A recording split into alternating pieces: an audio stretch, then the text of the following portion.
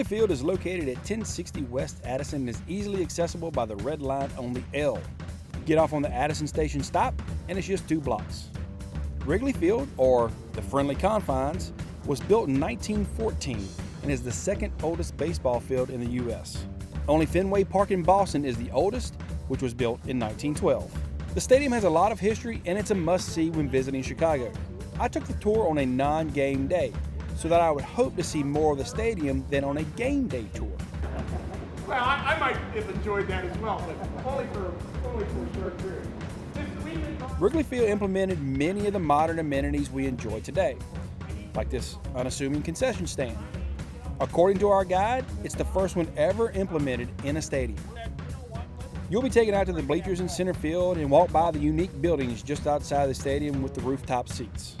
There you will have a seat underneath one of the only manually operated scoreboards in Major League Baseball. Here you'll get more history on the stadium and some of the interesting facts on the unique ivy-covered walls. We like the ivy so much, we keep it a park-like atmosphere.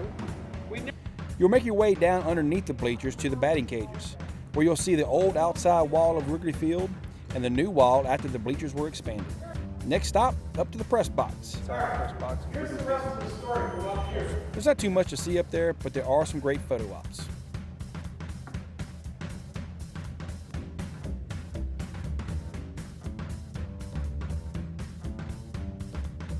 And our last stop was the Cubs dugout. This was pretty cool.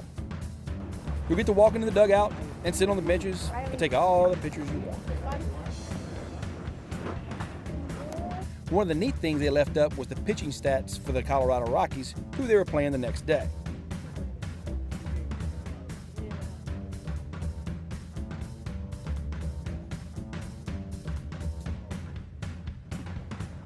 They put up ropes to prevent you from walking onto the field, but I was able to slip my foot underneath the ropes so I could officially say that I had stepped on the Wrigley Field. If you want to take the Wrigley Field tour, it's $25 per person, and it takes approximately 90 minutes to take the tour. Tickets can be bought in advance or at the ticket window on the day of the tour. Space is limited, and some of the tours do sell out. There are 2 different types of tours. There's a game day and a non-game day. Both tours are virtually identical, with the exception of the non-game day tour, where you'll be able to see the visitors clubhouse, the Cubs clubhouse, plus dugouts, and the press box. I recommend the non-game day tour. Make sure to read the fine print because a tour can be altered without notice. On this day, we were supposed to see the visitors clubhouse and the Cubs clubhouse, but because we visited in the middle of a 3-game series with the Colorado Rockies, we missed out on both of these stops. If you enjoy the tour, make sure you catch a Cubs game when you're there as well. Game day tickets are easily gotten on websites like StubHub. If you want to see more about Chicago, click on one of the video links or subscribe for future updates and other destinations. You can also visit my website at negativenomad.com.